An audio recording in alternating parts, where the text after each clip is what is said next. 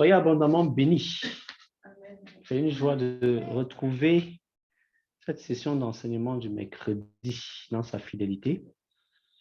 Nous sommes sur le chemin après la croix. Et dans le cadre de ce parcours du chemin après la croix, nous avons déjà vu différents chapitres. Après la croix, le Seigneur Jésus-Christ, il est mis dans un tombeau.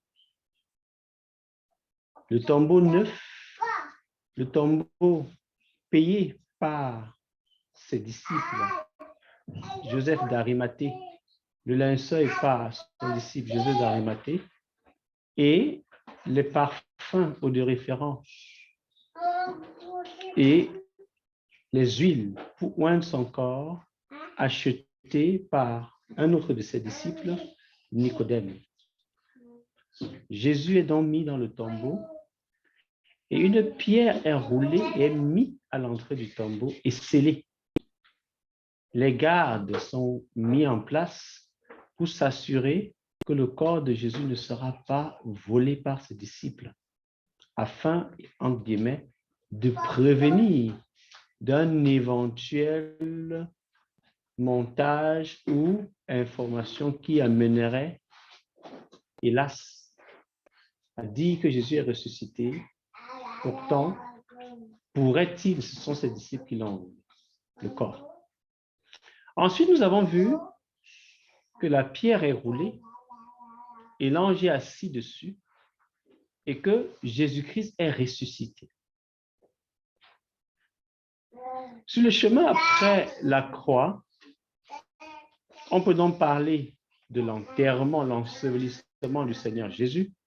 On peut également parler de la pierre, les obstacles qui peuvent se tenir sur ton chemin, les derniers obstacles enlevés, ôtés par la puissance de Dieu. Et nous pouvons également donc parler de la résurrection. Il n'y a pas de résurrection pour une personne qui n'est pas morte. Pour ressusciter, il faudrait au préalable mourir. Donc, dans ta vie, les domaines et les aspects sur lesquels tu pries à Dieu, soit pour une restauration, soit pour un relèvement, soit pour un réveil, il faudrait que cet aspect soit d'abord passé à la croix, mourir et ensuite ressusciter pour être utilisé par le Seigneur. Après la résurrection, nous allons donc voir un autre chapitre qui s'intitule la communion fraternelle. Parce que dans le suivi du Seigneur Jésus, on suit le Seigneur Jésus partant du trône. Il s'humilie, il se dépouille, il devient semblable à un simple homme. Il est trouvé comme un simple homme et il prie parce qu'il est un simple homme et donc il dépend de Dieu en tout et pour tout. Il embrasse le chemin de la croix. Ce chemin de la croix, il va subir les trahisons, les rejets, les abandons, les insultes, les accusations, les arrestations, les jugements et condamnations, et il va être livré pour être crucifié. Il va porter sa croix jusqu'au lieu de destination qui est Golgotha, et il va y être crucifié. Il meurt, et le chemin après la croix commence. Il est descendu de la croix, il est mis dans un tombeau, la pierre est scellée, il ressuscite, et nous voyons donc aujourd'hui la communion fraternelle. Ouvrons ensemble dans Luc chapitre 24 et nous allons lire les versets 18 à 35.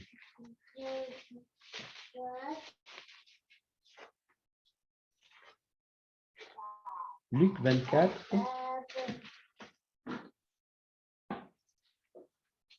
« 18 à 35. Je vais lire pour nous. L'un d'eux, nommé Clopas, lui répondit, « Es-tu le seul qui, séjournant à Jérusalem, ne sache pas ce qui est arrivé ces jours-ci? » « Quoi? » leur dit-il. Et il lui répondit, « Ce qui est arrivé au sujet de Jésus de Nazareth, qui était un prophète, puissant en œuvre et en parole devant Dieu et devant tout le peuple. Et comment les principaux sacrificateurs et nos magistrats l'ont livré pour le faire condamner à mort et l'ont crucifié. Nous espérions que ce serait lui qui délivrerait Israël. Mais avec tout cela, voici le troisième jour que ces choses se sont passées. Voici le troisième jour que ces choses se sont passées. Il est vrai que quelques femmes d'entre nous ont fort étonnés, s'étant rendues de grand matin au sépulcre, et n'ayant pas trouvé son corps, elles sont venues dire que les anges leur sont apparus et ont annoncé qu'il est vivant. Quelques-uns de ceux qui étaient avec nous sont allés au sépulcre et ils ont trouvé les choses comme les femmes l'avaient dit. Mais lui, ils ne l'ont point vu. Alors Jésus leur dit, « Ô homme sans intelligence, et dont le cœur est lent à croire tout ce qu'ont dit les prophètes. Ne fallait-il pas que le Christ souffrit ces choses et qu'il entrât dans sa gloire? Et commençant par Moïse et par tous les prophètes, il leur expliqua dans toutes les Écritures ce qui le concernait. Lorsqu'il fut près du village où il allait, il apparut vouloir aller plus loin, mais ils le pressèrent en disant, « Reste avec nous, car le soir approche, le jour est sur son déclin. » Et il entra pour rester avec eux. Pendant qu'il était à table avec eux, il prit le pain et après avoir rendu grâce, il le rompit et le leur donna. Alors leurs yeux s'ouvrirent et ils le reconnurent, mais il disparut de devant eux. Et ils se dirent l'un à l'autre, « Notre cœur ne brûle-t-il pas au-dedans de nous lorsqu'il nous parlait en chemin et nous expliquait les Écritures. » Se levant à l'heure même, ils retournèrent à Jérusalem et y trouvaient les 11 et ceux qui étaient avec eux assemblés et disant, « Le Seigneur est réellement ressuscité. » Et il est apparu à Simon. Et ils racontaient ce qui leur était arrivé en chemin et comment il l'avait reconnu au moment où il rompit le pain. Jésus est ressuscité. Oui, Jésus est ressuscité. Parce qu'il était mort, il est vivant. Il est sorti victorieux de la mort. Et maintenant qu'il est victorieux de la mort, nous découvrons donc un ensemble d'éléments qui nous apportent et qui est le propre de tous ceux qui ont expérimenté la mort de la croix, qui sont effectivement morts et ont disparu. Il nous présente ici, dans ce chapitre que nous abordons en cette session, la communion fraternelle. La puissance de la communion fraternelle, de la relation de tous ceux-là qui ont expérimenté la mort à la croix avec les uns et les autres. Alors, je vais remonter à partir du verset 13 que nous n'avons pas lu, du verset 13 au verset 17, pour remettre un peu le contexte, parce que nous avons juste lu à partir de l'un des disciples qu'on appelait Clopas. Mais voici ce qui se passe. Et voici ce même jour, 2 disciples allaient à un village nommé Emmaüs, éloigné de Jérusalem de 60 stades, et ils s'entretenaient de tout ce qui s'était passé. Pendant qu'ils parlaient et discutaient, Jésus s'approcha et fit route avec eux. Lorsque le Seigneur agit dans la vie d'un homme et que cet homme expérimente la mort et la résurrection d'entre les morts, c'est-à-dire Dieu l'a réveillé, l'a relevé, alors, il y a une communion fraternelle qui va s'établir de manière permanente avec quiconque. Tu vas communier avec même les étrangers, juste à cause du nom de Jésus. Voyez-vous, voilà deux disciples qui sont en train donc de partir à Emmaüs. Ils s'entretiennent sur le chemin. Et sur ce chemin, Jésus s'approche et il fait route avec eux. Mais leurs yeux étaient empêchés de le reconnaître. Il leur dit, de quoi vous entretenez-vous en marchant pour que vous soyez tout tristes? Donc Jésus dit, lorsque il y a la résurrection qui s'est établie dans une vie, il y a donc un ensemble d'éléments qui doivent être la réalité du croyant. Ces ensembles d'éléments, c'est quoi? Il y a la communion fraternelle qui va s'établir dans ta vie de manière permanente. Cette communion fraternelle qui va s'établir dans ta vie de manière permanente va t'amener à ne pas être triste parce que Jésus est ressuscité. Jésus ressuscité, pas de tristesse. Jésus ressuscité, plus besoin d'être triste. Jésus ressuscité, plus de tristesse. Parce que la victoire est garantie. Le Maître est ressuscité. La victoire est garantie. Le Maître est ressuscité.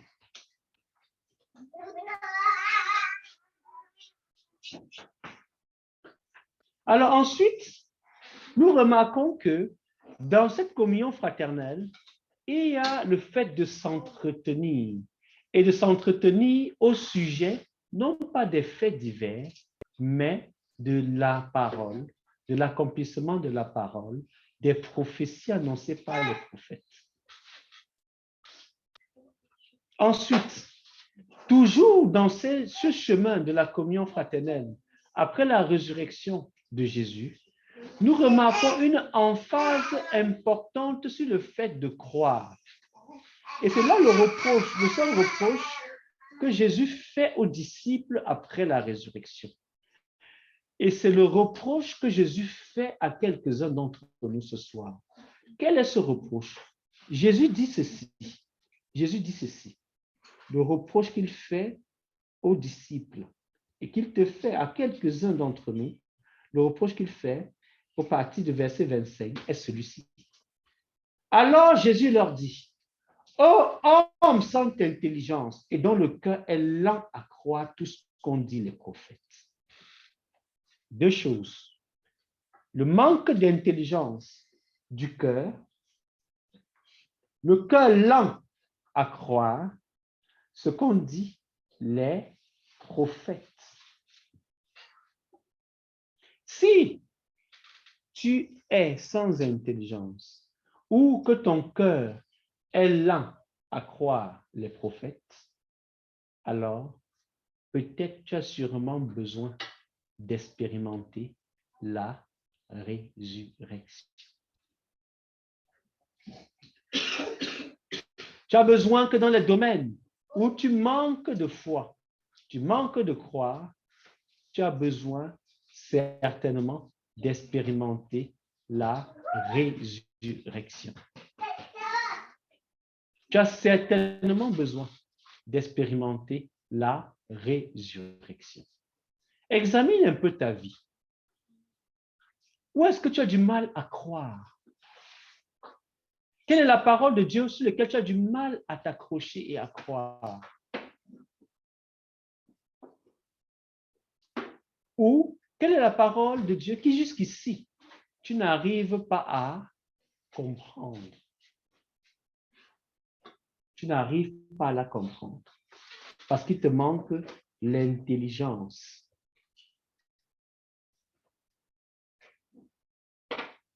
Il te manque l'intelligence.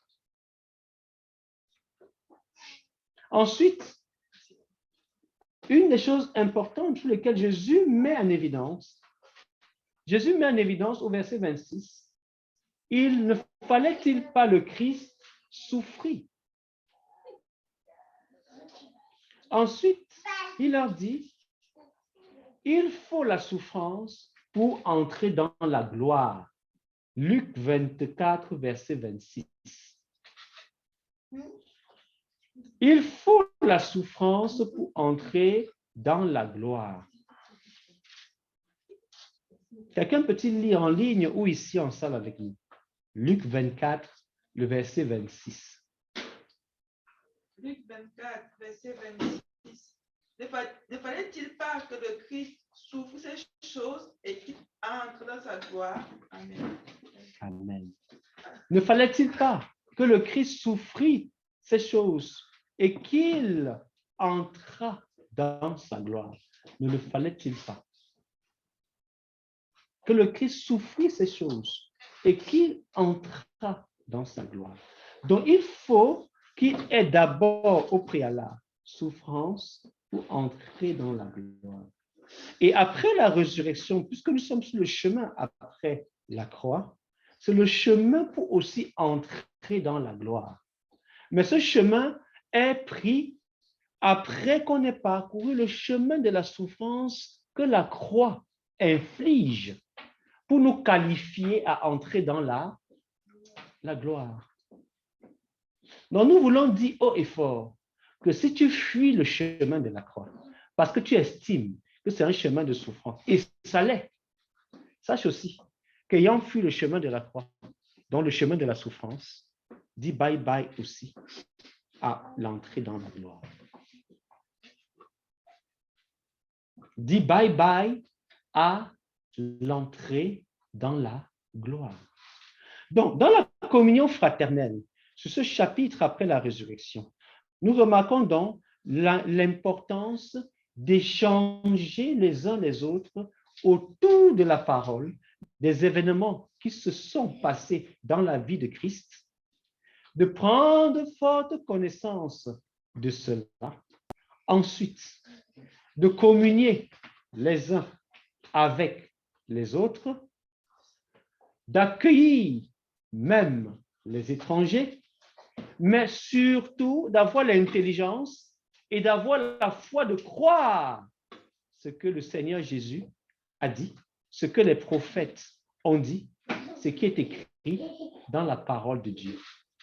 Alors, si nous synthétisons dans ce que nous venons de dire jusqu'ici, la communion fraternelle s'adresse entre croyants, disciples du Seigneur Jésus, c'est le premier niveau. Ensuite, entre les disciples du Seigneur Jésus et un inconnu qui vient les rejoindre en la route, qui ne reconnaissent pas comme étant Jésus. À celui à qui vous avez donné un verre d'eau, c'est à moi, Jésus, que vous avez donné le verre d'eau. Celui que vous avez rendu visite à l'hôpital, c'est moi, Jésus, à qui vous avez rendu visite. Donc, l'inconnu, l'étranger dans la route, qui se joint à eux et qu'ils accueillent avec joie et communient avec lui, ils ne savaient pas que c'était Jésus. Leurs yeux étaient aveuglés. Combien de fois as-tu loupé la visite de Jésus chez toi parce que tu as fermé la porte à un étranger sur ton chemin parce que tu n'as pas reconnu que c'était le Christ? Dans ta voiture, refusant de prendre quelqu'un parce que tu n'as pas reconnu que c'était Jésus. Quand tu es donc sur le chemin après le chemin de la croix, alors il y a une urgence de reconnaître Jésus dans toutes les personnes rencontrées.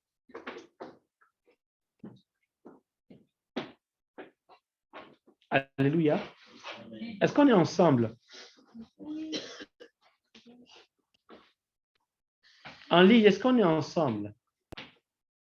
Donc, il y a une urgence de reconnaître Jésus. Vous voyez, leurs yeux étaient aveuglés, leurs yeux étaient obscurcis. Ils n'ont pas pu le reconnaître. Mais, à cause de ce que la résurrection avait eu lieu, ils pouvaient communier entre eux et communier avec un étranger, même s'ils ne reconnaissaient pas que c'était Jésus. Ils n'avaient pas besoin de reconnaître que c'était Jésus avant de communier. Ensuite, Jésus donc nous interpelle sur deux éléments, l'intelligence et le cœur de foi pour croire les prophéties. Ce n'est pas tout.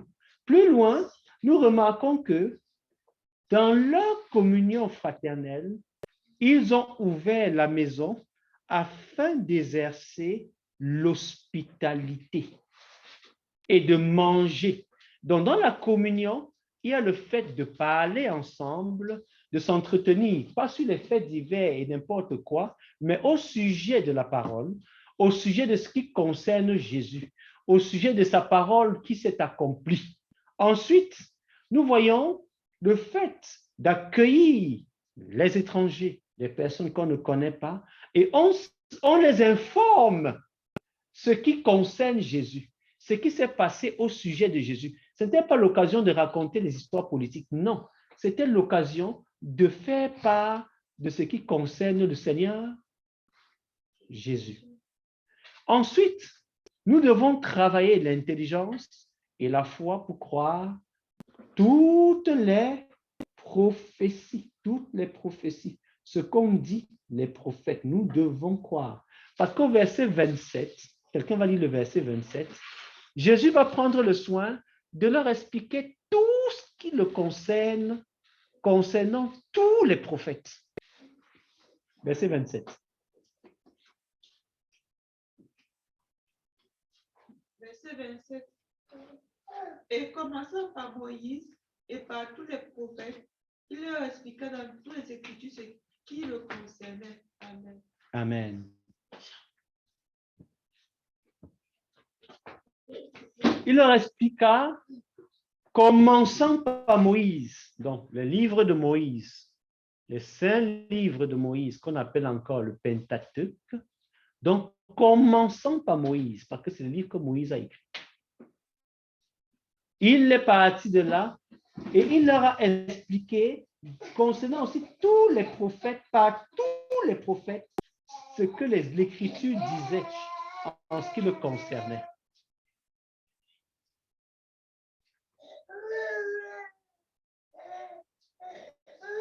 Ce que l'Écriture disait en ce qui concernait Jésus-Christ. C'est un élément donc de communion. Voilà ce sur quoi la communion fraternelle entre disciples, la communion fraternelle avec les étrangers doit s'articuler. Pourquoi? Parce qu'en s'entretenant à ce sujet-là, ils n'auront pas la tristesse. Parce qu'ils verront que la parole s'est accomplie. Ça va encourager dans leur cœur la foi. Amen. Ça va encourager la foi dans leur cœur. Ensuite, l'hospitalité. Au verset 28, lorsqu'ils furent près du village où ils allaient, il parut vouloir aller plus loin. Mais il le pressait en disant, reste avec nous. Quand tu es ressuscité, tu n'as plus envie de te débarrasser vite des frères. Tu les presses plutôt de rester avec toi.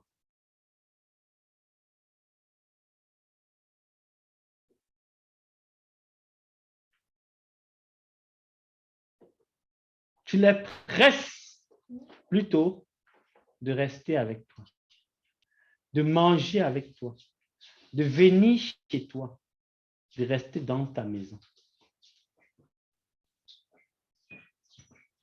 Relisons au verset 29. Mais ils, les disciples, le pressaient en disant, reste avec nous, car le soir est proche et le jour est à son déclin. Et il entra et resta avec eux. On communie donc avec les disciples en échangeant depuis Moïse, tous les prophètes, toute la parole de Dieu, toutes les Écritures en ce qui concerne Jésus. On communie avec les étrangers, les inconnus, pas sur la politique, sur l'économie, sur les guerres, sur la paix, sur la crise économique, non. Mais en partant de Moïse, tous les prophètes et dans toutes les Écritures, un seul thème, ce qui concerne Jésus. Le faisant, on n'aura pas de tristesse parce que nous allons voir l'accomplissement de la parole de Jésus. Ensuite, nous devons avoir l'intelligence et le cœur de foi pour croire ce qu'ont dit les prophètes, pour que ça alimente notre foi. Nous devons revenir sur le fait et revenir vraiment sur ce fait-là, que pour entrer dans la gloire, il nous faut au préalable passer par la souffrance. Cette souffrance, c'est ce que nous avons appelé et nous appelons le chemin de la croix, jusqu'à la mort et à la disparition. Ensuite, nous devons presser les uns et les autres à la communion, qui n'est pas juste les paroles, mais également le fait de donner l'hospitalité, presser des personnes à entrer dans nos maisons, manger avec eux. Et donc, nous voyons là, au verset 30, pendant qu'ils étaient à table pour manger, il prit le pain et après avoir rendu grâce, il le leur donna. Et c'est à ce moment-là, vous voyez, que leurs yeux se sont ouverts. Alors, nous concluons dans cette première partie sur le texte que nous avons lu pour dire qu'est-ce que Jésus a finalement institué en premier abord après sa résurrection. Jésus, en premier abord après sa résurrection, a donné une commission. Cette commission, c'était la première, celle de communier, celle de demeurer ensemble, celle de se retrouver ensemble, celle d'être ensemble, de manger ensemble, de s'entretenir au sujet de la parole. Et quand le peuple s'est donc mis ensemble, a commencé à manger ensemble et manger ensemble, il va donc venir et leur donner une deuxième instruction, cette fois-là à tout le monde. La première instruction après la résurrection avait été donnée aux femmes, d'aller dire. Tout ce qu'ils avaient à faire, c'était d'aller dire. La deuxième instruction va venir, ce n'est plus d'aller dire, c'est Jésus maintenant qui va donner l'instruction pour tout le monde pour qu'ils aillent faire. Il y a le fait d'aller dire et le fait d'aller faire. Ouvrons pour compléter dans Jean chapitre 19, 20 plutôt, versets 19 à 31, et nous allons également lire le chapitre 21, le verset 1.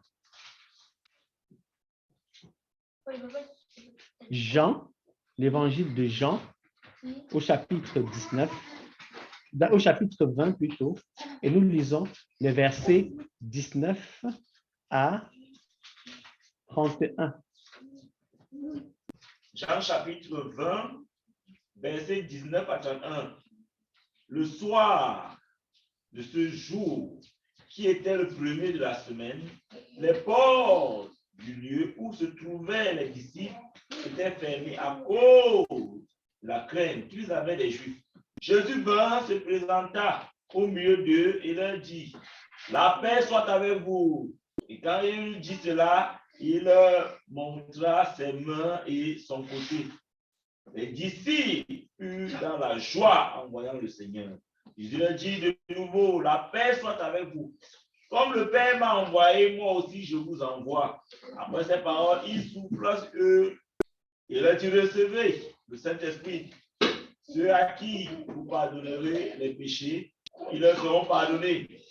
Et ceux à qui vous retiendrez les péchés, ils seront retenus. Thomas, appelé Didyme, l'un des 12, n'était pas avec eux lorsque Jésus vint. Les autres disciples lui dirent, donc, nous avons vu le Seigneur, mais il leur dit, si je ne vois pas dans ses mains les marques des clous, et si je ne mets pas mon doigt dans mes doigts, dans la marque des clous, et si je ne mets pas ma main dans son côté, je ne croirai point. 8 jours après, les disciples de Jésus étaient de nouveau dans la maison et Thomas se trouvait avec eux. Jésus vint, les portes étant fermées, se présenta au milieu d'eux et dit, la paix soit avec vous. Puis il dit à Thomas, avance ici ton doigt et regarde mes mains. Avance aussi ta main et mets-la dans mon côté. Et ne sois pas incrédule, mais crois.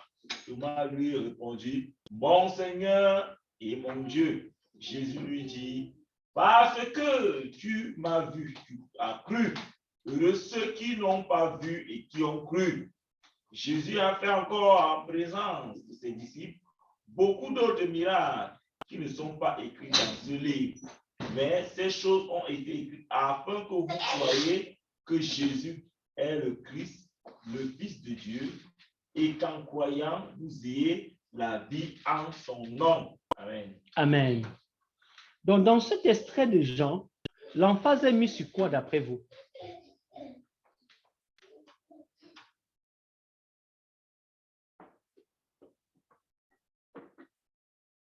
Dans cet extrait, sur quoi est-ce que l'emphase est mise?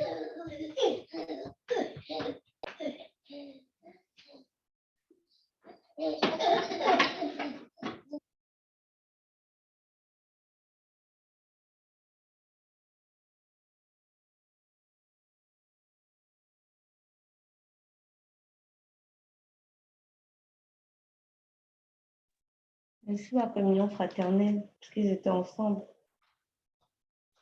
L'emphase peut être semblée être mise sur la communion fraternelle puisque c'est notre chapitre, mais dans ce texte, l'emphase est uniquement mise sur le fait de croire. C'est tout. C'est sur le fait de croire. Ils sont, dans le chapitre, au verset 19, enfermés. Pourquoi? Parce qu'ils ont peur. À cause de la crainte qu'ils avaient des Juifs. La crainte est un handicap à la foi et au fait de croire. Ensuite, nous voyons ici Jésus qui vient et qui leur rappelle les promesses de la parole. Qui leur rappelle les promesses de la parole. Il va introduire ce que nous allons voir la semaine prochaine, la commission. Mais le cœur du point ici, c'est qu'il y a un certain Thomas qui dit qu'il ne va pas croire tant qu'il n'aurait pas vu, tant qu'il n'aurait pas mis le doigt dans les mains et sa main dans le côté, il ne croirait point. Les radicales. Et Jésus vient donc, à partir du verset 26, dans le même contexte, la porte de la maison où ils sont est fermée parce qu'ils ont peur. Et Jésus donc vient, se présente à eux, rappelle le même point, la paix soit avec vous. C'est le même mot que nous avons vu au verset 21. Comme la paix soit avec vous. Jésus leur dit de nouveau, la paix soit avec vous. Après la résurrection, la communion fraternelle est indispensable. En paix avec toi, avec les disciples, en paix avec les non-croyants, en paix avec Dieu. Après la résurrection, la paix est partie prenante du quotidien du disciple. La paix soit avec vous. Et le reproche qui est fait à Thomas, et qui ne concerne pas que Thomas, c'est le fait de croire. Comme on a vu dans Luc tantôt, l'intelligence et le cœur qui a la foi pour croire les prophètes et les prophéties.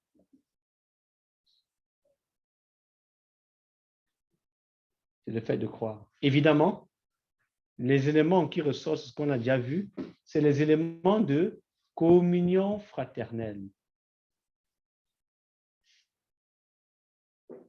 Ils sont ensemble, ils mangent ensemble, ils demeurent ensemble dans le même lieu.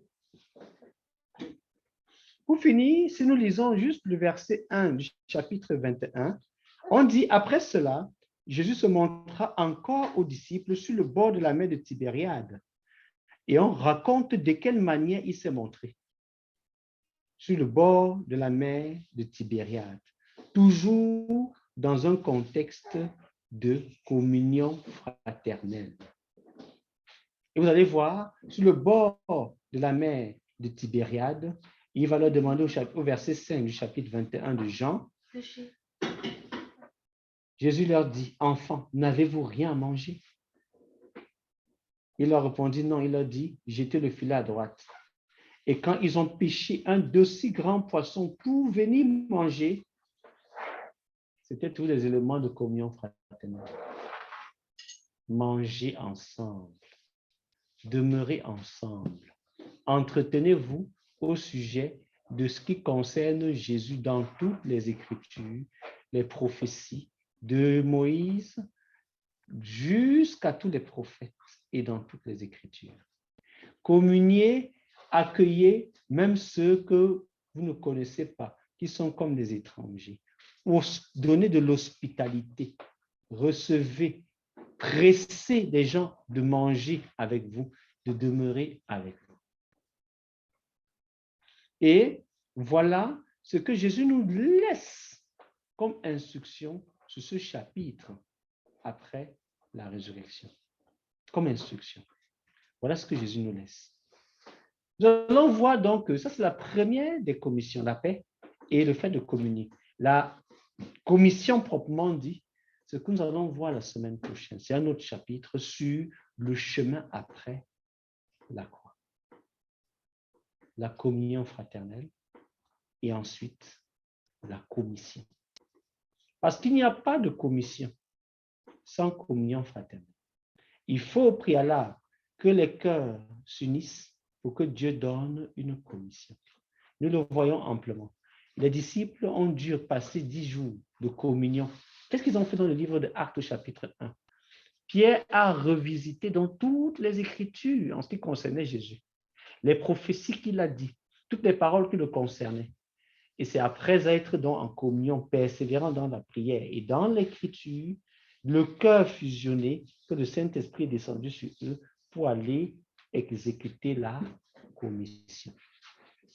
Après avoir réuni ces 500 disciples et avant de s'enlever, Jésus a soufflé sur eux pour qu'ils reçoivent le Saint-Esprit. Tous dans le même lieu, avec un seul but, Jésus étant l'objet de leur rencontre, et ils pouvaient donc ainsi de ce pas vaquer à exécuter la commission. Il faut la communion fraternelle avant l'exécution de la commission. La communion fraternelle développe, favorise le fait d'être en paix avec tous et de recevoir le Saint-Esprit sur nous. Alors, nous sommes à la fin ce soir. Y a-t-il des questions? Oui. Pourquoi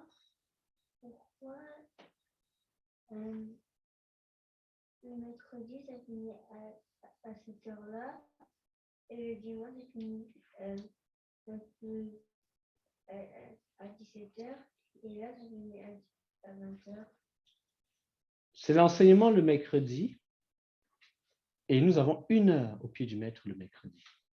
Le dimanche, c'est le culte d'adoration et nous laissons le temps aux saints de communier entre eux au travers des témoignages et des partages que chacun peut apporter et que Dieu a mis dans la vie de chacun. Un temps pour communier avec Dieu en le louant pour ses bienfaits, pour ses hauts faits. Ensuite, un temps pour communier avec Dieu en l'adorant pour qui il est. Et un autre temps pour communier avec Dieu, cette fois-ci, au travers de sa parole. Donc, pour nous permettre d'avoir un temps un peu consistant de communion, le culte don de dimanche peut s'étendre sur 2 heures, 2 heures et demie, 3 heures, 3 heures et demie, 4 heures, indépendamment ou dépendant de l'environnement dans lequel on se trouve et des raisons pour lesquelles on est réunis. Si c'est le culte d'agapé, joint service, on peut se retrouver à faire une demi-journée. voire 4 heures de temps.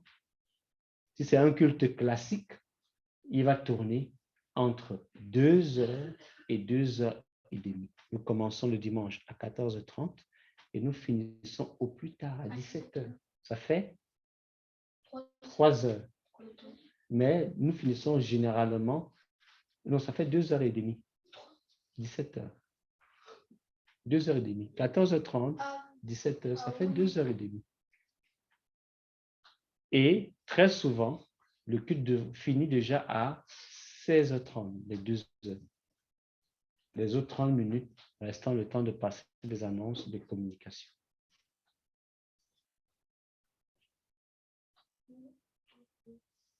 D'autres questions? Non. Très bien. Donc, on va s'arrêter là. Et on va juste prier pour la fin. Le Seigneur t'a certainement interpellé sur la qualité de ta communion fraternelle. Ta communion fraternelle avec les disciples. Est-ce que tu peux manger avec tous les frères qui existent sur la planète Terre? S'il y a un seul frère avec lequel tu ne peux pas t'asseoir et manger, tu dois corriger ça dès ce soir. S'il existe un seul frère avec lequel tu ne peux plus causer sur la planète Terre, tu dois régler ça dès ce soir. S'il existe un individu quelconque sur la planète Terre pour lequel tu n'as pas envie de causer avec lui, encore moins de l'admettre chez toi, encore moins de manger avec lui, tu dois également régler ça dès ce soir. Parce que voilà les éléments de communion fraternelle. Maintenant, Jésus nous alerte sur 2 points, l'intelligence et le cœur de foi pour croire ce que les prophètes et les prophéties. Les prophètes ont dit et les prophéties données. Donc, élève ta voix et prie en ce qui te concerne.